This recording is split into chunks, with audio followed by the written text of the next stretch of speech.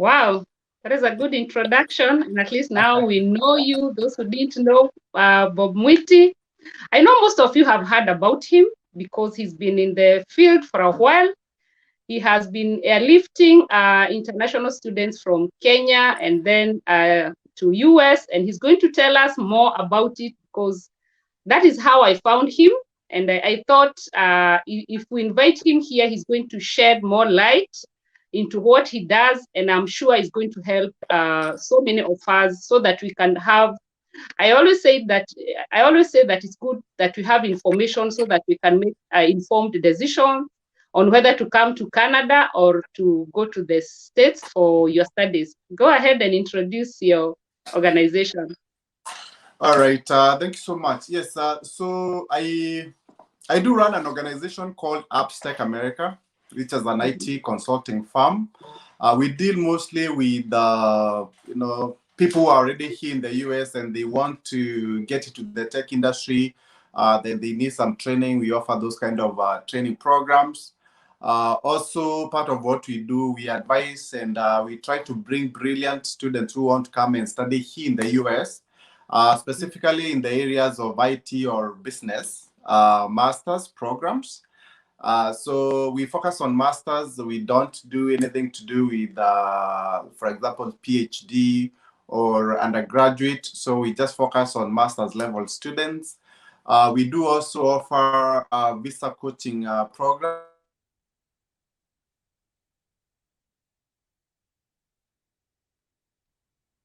Here. Yes. Someone is trying to call me. I'm using my phone and It's okay, we understand. people try to call all the time. So my phone is always busy.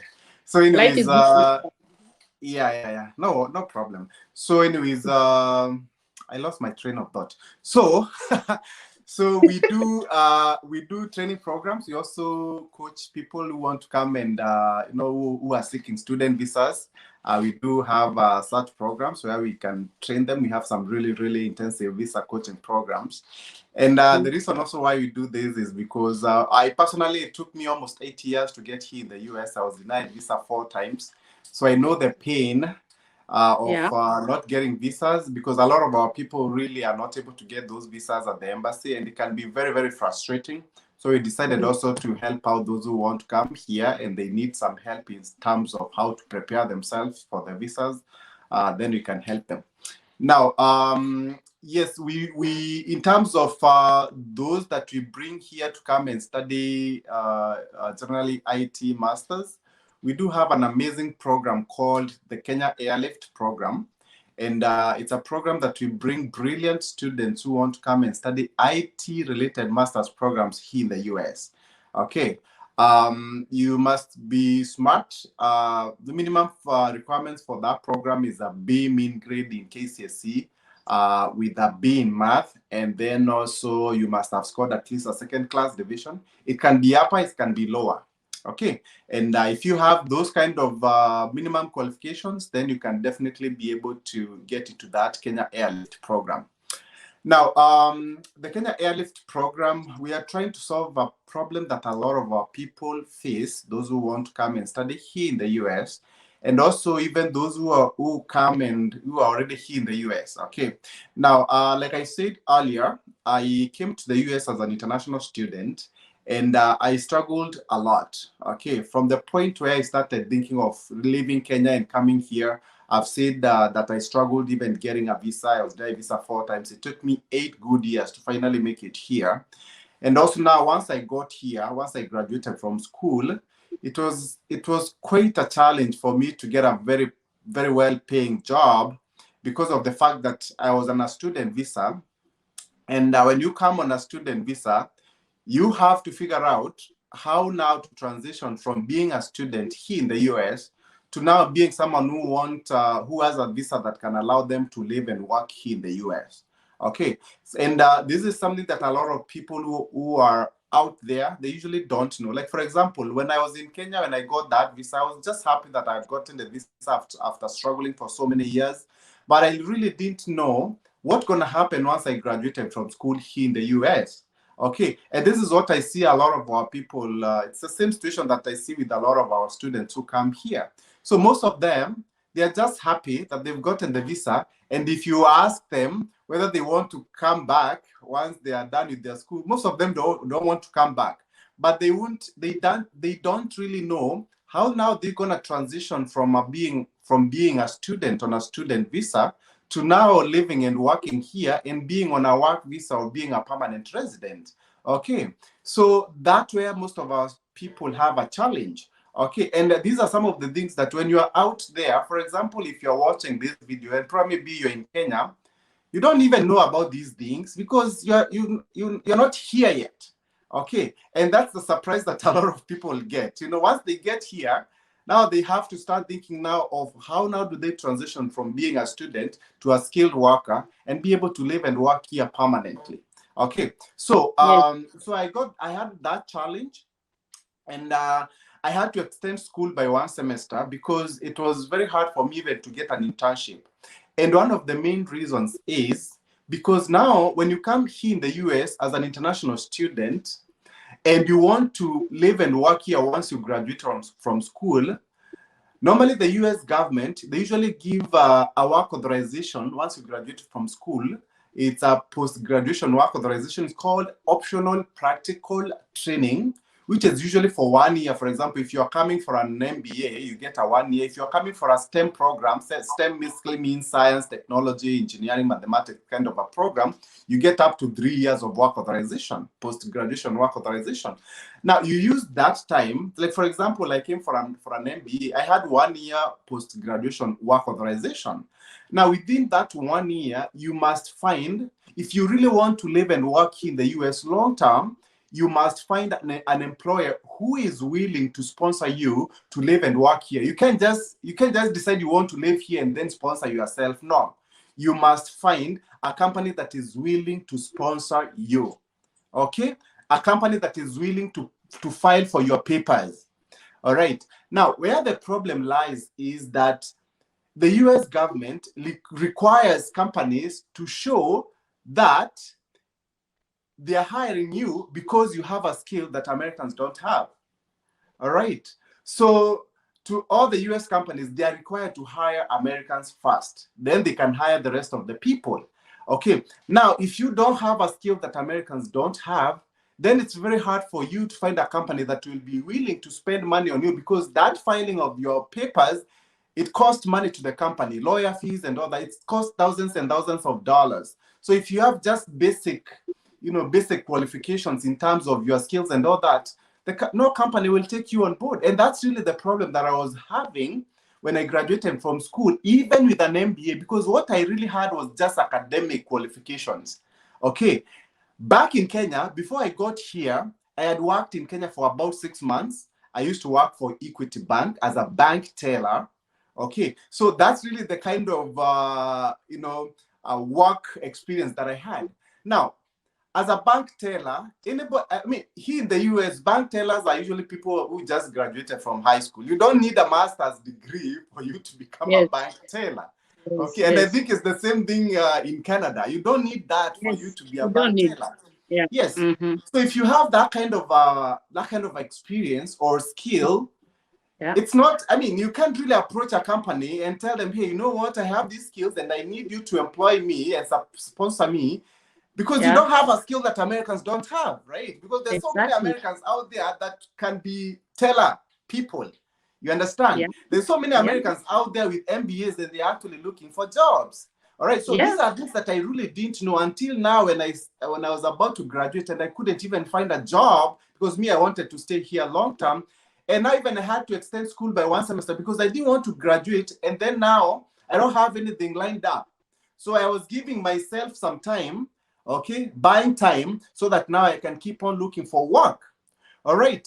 Now, so after struggling and I couldn't find anything, I realized that most Asian students, usually Indians, they were graduating from school, from my class, from my MBA class, they were graduating and they were getting a job. All right. Yes. Whereas students We who were have come not. from the same background like me, for example, the ones from Africa, Kenya, Nigeria, blah, blah, blah, they were also struggling like me. They were not finding any jobs. Yes. So me being someone who is very, very inquisitive, I like, asking questions, and I don't just sit there and wait for things to happen just like that, right? Yeah. So I want to know what's going on. Why is these Indians, why are they getting jobs? And then yet me, I'm struggling here. I can't even find an internship. So, Yes. I reached out to them, a few of them who are my friends, and I asked them, like, how come so-and-so was able to get a job and me, I had to extend school by 1 semester trying to look for work. And I hear them, they were working, I don't know, with Google as a systems analyst. Someone else is working where, I don't know, Yahoo as a business analyst, like that. So I asked them, like, how is that possible? So they told me, you know what? You can go for some training. There's a lot of companies out there that offer IT trainings, because IT, you can get high income IT skills. Okay, you can get trained on those kind of skills. And then because there's a demand of IT professionals in the US, as much as we know the Americans, they're educated and all that, there's actually not many Americans who work in the tech industry, especially where you're working in the tech industry, where you're really solving complex companies' problems, where you're working as a consultant. IT is very broad, all right? And when I talk about high income skill, these are skills that mostly a lot of people don't have, okay? Then it's mostly consulting skills. So they told me that if you can have that kind of a skill, then a lot of companies out there will be willing to sponsor you to live and work here in the US. All right. So that's how I took up that chance. I started looking for companies that could train me and ultimately employ me as a systems analyst. And I got trained as an Oracle systems analyst. Even though I didn't have any IT background, me from Kenya, I had a business degree. I had done Bachelor of Commerce degree in accounting and finance. I came to the US to do an MBA, and I was trained to be that person who sets up the Oracle system, which is basically a very complex system that companies use to record day-to-day transactions without necessarily having to do any coding. So I don't know how to code up to now, and I've been in this industry for about 10 years now. So, and I like highlighting this because a lot of our people out there, especially as Africans, we don't really embrace IT that much, whereas it pays amazingly well. Okay, you find a lot of people, they fear IT because they think IT is all about coding. No, it's not. Because even me, I have no IT background. I don't know how to code. I used to be in the IT sector. I used to make a lot of money. It's like really, really good money. I used to make more than 6-figure salary a year, which is basically earning about 1 million Kenya shillings a month, which is really good money. Okay, so it pays well. It pays well. And for you now, as an international student, like I said, for you to really get a company that can sponsor you, you have to have that kind of a skill that will make them now want to sponsor you for you to live and work here long term. Okay, so that's what I did. So I got trained, and then later on, I was able to get a job as a consultant with the same company that trained me. They also filed for my papers. There's a work authorization that you get here. It's called H-1B visa, which you get up to 6 years. Okay, and then within those 6 years, you can also ask your company again, the same one that filed for you, to now file for your employment-based green card. Okay, green card is basically an authorization by the US government. I think a lot of people know about green card. Where now it allows you to live here without any conditions. You can work for any employer and things like those. Okay, so that's really how I was able now to transition into the corporate world, working as a systems analyst in the Oracle technology. And I was able to get my green card. Later on, I quit my job and then I started my company. Okay. Now, having faced those challenges and those problems, I realized, because I came as a student, I faced these challenges. I could clearly see that a lot of our people face exact same challenges that I faced. In fact, actually, statistics show that we have about 30% of those people who live here in the US from Africa who don't have the right documents to live here. Meaning they are not allowed to live here, but they still do. Okay, 30%. Okay. And out of that, majority of those people actually, they came here as international students. Okay. You're watching Success with Bob Mwiti show, presented to you by Upstack America. Upstack America is a consulting company that helps immigrants find amazing higher education and job opportunities in the tech industry in the United States. You can find our programs by going to www.upstackamerica.com. Upstack America, we wake you up to the unlimited potential within you. Yeah. So That's it shows. Yes. So it shows that there's a problem because all those international students who are coming here, they are not able to transition. Once they graduate from school, they're not able to transition to get into really good jobs, to get the documents to help them live and work here. Okay. Yeah. There's a disconnect. Once someone graduates and now once they start working here. Okay, and that's what I started thinking about solving. Okay, that problem of papers. Now, how do you get papers? Since me, I was able to get mine through employment. It's possible. The US government, they give about 85,000 H-1B visas. They also give about 140,000 employment-based green cards. And all these papers, most of them, they go to Indians. They are the ones who usually have these skills that Americans don't have. You won't find our people, getting H-1B visas or employment-based green card. Very few of them. Okay, and I was lucky to be one of those few people. Okay, yeah. so Most of skills. Yes. Now, one of the main reasons why these people are not able to get these employment-based green cards or H-1B visas is because most of them, they don't have the information. They can't just come to the US to study.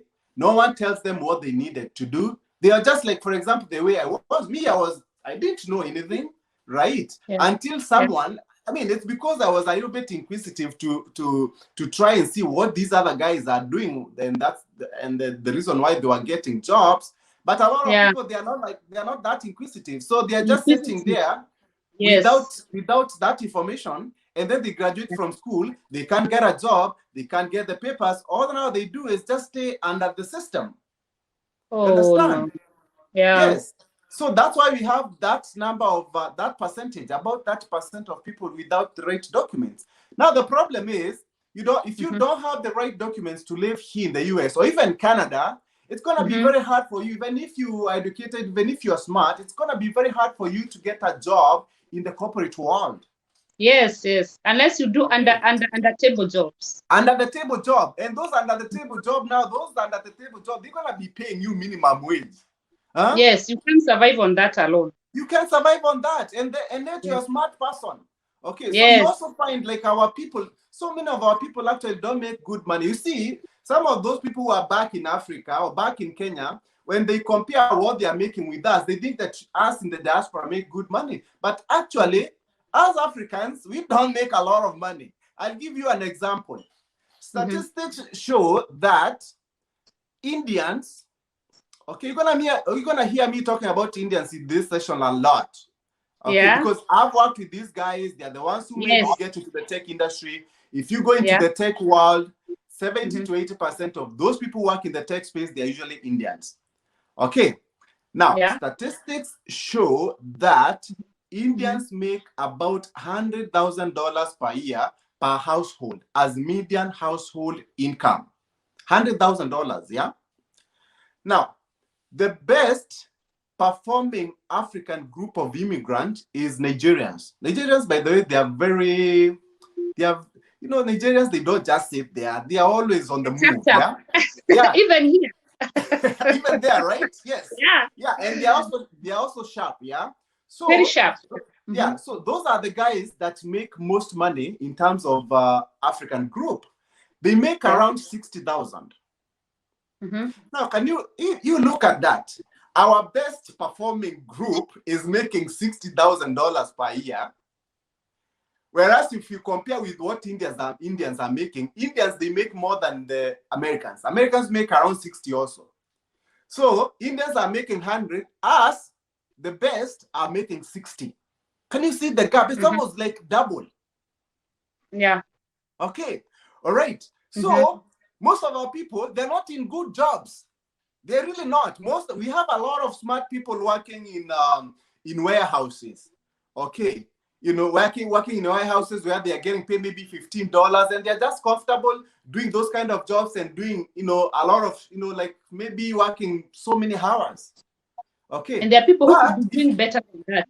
Yeah. Yeah, but if you're smart, you don't have to work so many hours for you to make some decent amount of money. You can actually get a skill that can get you a very well-paying job where you don't have to work 100 hours a week. Okay. Exactly. Where you can work Monday through Friday. For example, if you're in the IT industry, like the way I used to work from Monday through Friday, Monday 8 a.m. to 5 p.m. all the way Monday through Friday, and that's it. And I make about 1 million Kenya shillings a month. I don't have to do any extra shifts. Okay. No. So these are some of the things that a lot of our people really don't know. And this is really what we try to fix in any of our programs. Okay. Where our people can earn good money. Okay. Because also research shows that as Africans, we are one of the most highly educated groups of immigrants. Yes, that's true. Yeah. But what we make does not relate with what we have in our brains. Yes. Okay. We are one of the most highly educated, but yet when you look at what we are making, we are making nothing. Okay. We are making nothing. Yes. And this is because a lot of people don't know where the money is. What they are doing is trying to do all these jobs, trying to like work extra shifts and all that, just barely making enough. Okay, rather than for example, getting trained on high income scale, okay, and now working and making a six-figure salary. All right. Okay. So based on all those challenges that I figured out, that's the main reason why we really formed the Kenya Airlift program. Okay. Yes. To help in fixing those 3 problems. One, the problem of funding, because it's very, very expensive to come and study either in Canada or in the US. Yes. In the US, it's usually 4 times more. Yes. It's 4 times more than a local.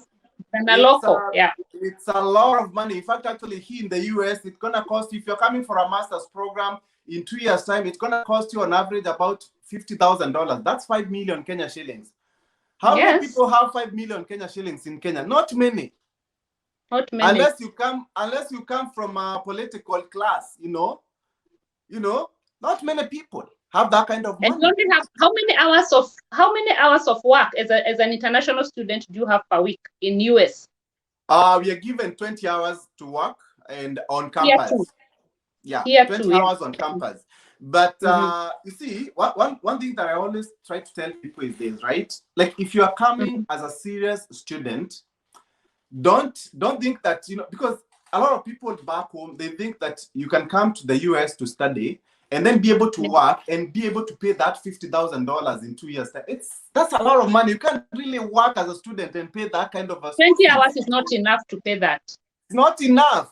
And yet, even when you're working as a student, you're making minimum wage. That's nothing. That money it's only for you to, to help you with your living expenses. It can't really pay for your school fees. Yes. So anyways, so what we do, we source for funding. In this Kenya Airlift program, we bring master students who want to come and study IT. We work with specific schools. We have about 8 schools right now.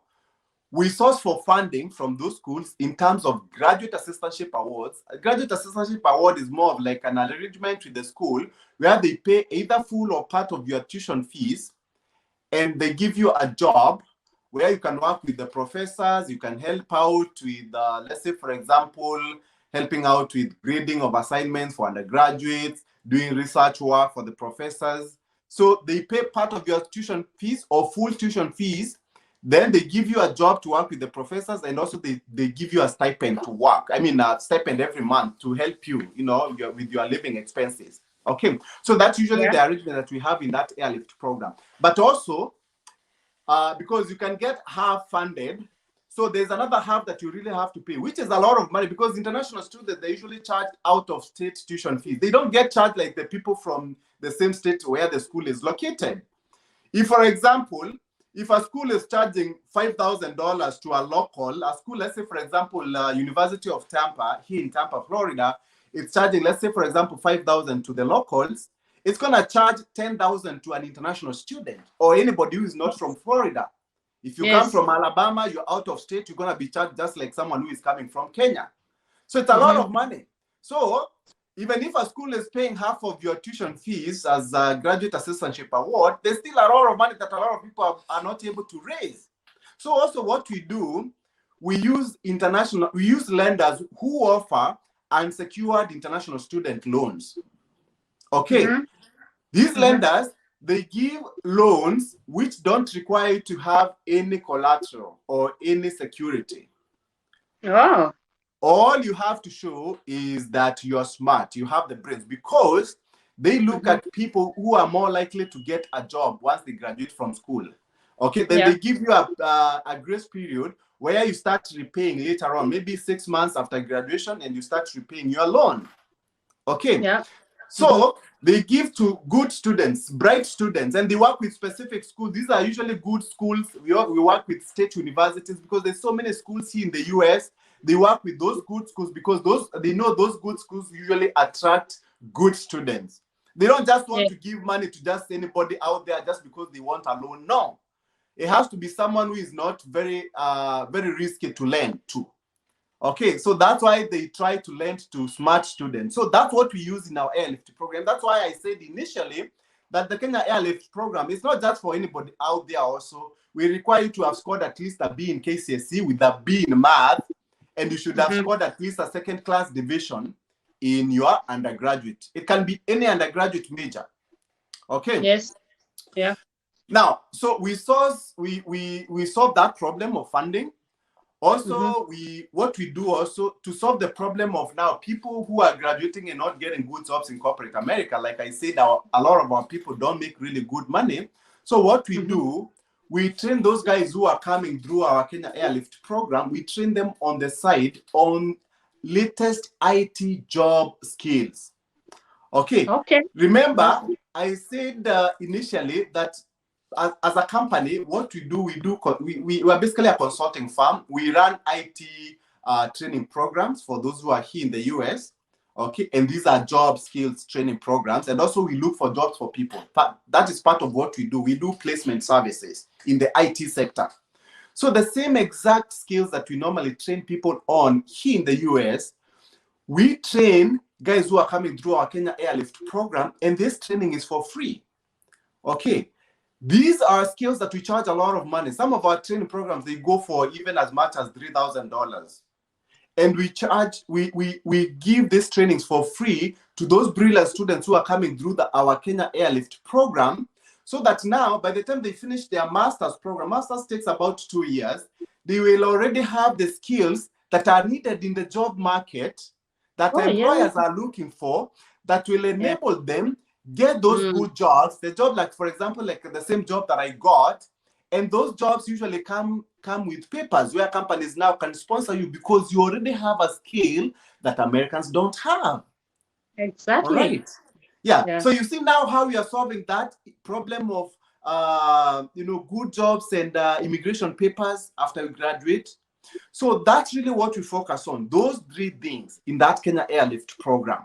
Okay, so I know majority of the people out there, and that's really why I like talking about what you are trying to achieve in the Kenya Airlift program, and that's really also why I appeared on your platform to educate people on exactly what you are trying to do in the Kenya Airlift program, because most people out there, all they think of is, oh, we are trying to bring people to come and study here in the US.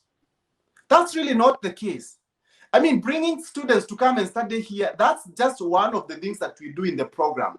But the bigger problem is the issue of good jobs in corporate America and papers, immigration and documents to live here in the US without having to worry of being deported or being done anything, right? That's what we are trying to do, okay? So that's really what we are trying to do in that Kenya Airlift program. Again, that program is for those who are interested in studying IT-related master's programs. you don't have to have an IT undergraduate, because I get a lot of people also asking me, like, for example, hey, Bob, I don't have any IT undergraduate. How can I do an IT master's? Well, it's possible. Remember also I said, personally, I've been in the IT industry, I have a business degree, and I've been able to really do well in the tech industry without having to know how to code. Okay, so also, even somebody who has done nursing for the undergraduate. Anybody can do an IT master, Really? as long as you have a passion for IT. You see, also, wow, as much as you're talking about IT and all that, I may be biased in terms of trying to encourage people to get into the tech industry, because I've been there and I've seen the benefits of being in tech space. But also, you don't want to try something that you are not passionate about, because also a lot of people out there, they don't like IT. Yeah, they don't have passion for IT. So if you don't have passion for IT, don't get in. But if you have, because what I know is this: a lot of people, you know me, when I went to, when I was doing my undergraduate in Kenya, initially I was supposed to go to Nairobi University for Bachelor of Science degree.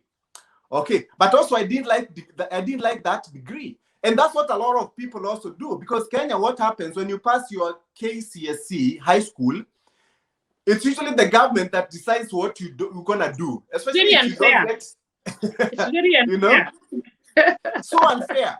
You find you've been accepted to do, I don't know, bachelor of whatever, and that's even something that you never thought that you'd do. Okay, so there's a lot of people out there that probably would have wanted to be in the tech industry, but they were called to do maybe sociology, I don't know what, maybe something different from what they wanted. So there's so many of them there. And those are the ones that we encourage to get into the tech industry, because those are still people who are passionate about tech, but they didn't get a chance of doing the undergraduate in tech. Okay, all right. So anybody can join, because I mean, anybody with that kind of undergraduate, any kind of undergraduate major can join, as long as they scored a B in KCSE. Because also some of the IT master's programs that we ask these guys to do here in the US, they are not like really very hardcore IT, you know. They're like, for example, it's not like computer science. You still, I mean, if you have a computer science undergraduate, you can still do computer science masters. Or you can't ask, for example, someone who has done, let's say, for example, sociology, to come and do computer science. It's not possible. But that person can actually do something like, for example, business analytics, operations management, you know, data analytics. It's possible for that person to do that kind of IT masters. Okay, so that's really what we have in our program. So, and you can also do, for example, project management. That doesn't require any coding. Okay, and you make some good money in the tech industry. Once you get that and you get our training on the side, you can do amazingly well. And also part of what we do, when we train you, it's not just about training. Also, we look for jobs for you once you graduate from school. Okay, wow. So that now you will have a good job. You don't leave you just to figure things out on your own. No, we do it, we help you, because I personally have gone through that part. I came as a student, I was able to figure things out. I was able to get my papers through employment. I was able to get a well-paying job, okay, a dream job for so many people. And that's really what we want anybody who's coming through the Kenya Airlift program, to be able to get those dream jobs and also get the papers to live and work here. Because if you don't have the papers, like we said, well, even if you're smart, you can't really work in corporate America. You're gonna be earning very little amount of money. So that's really much about it, you know, about the Kenya Airlift program.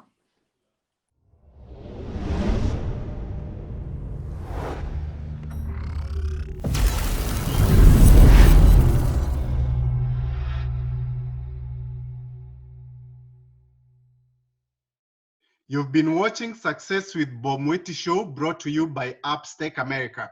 Come back next time to hear more steps and missteps that I took on the path to becoming a successful immigrant in USA. Be sure to subscribe to my YouTube channel and also follow me on Facebook, Instagram, Twitter, and LinkedIn.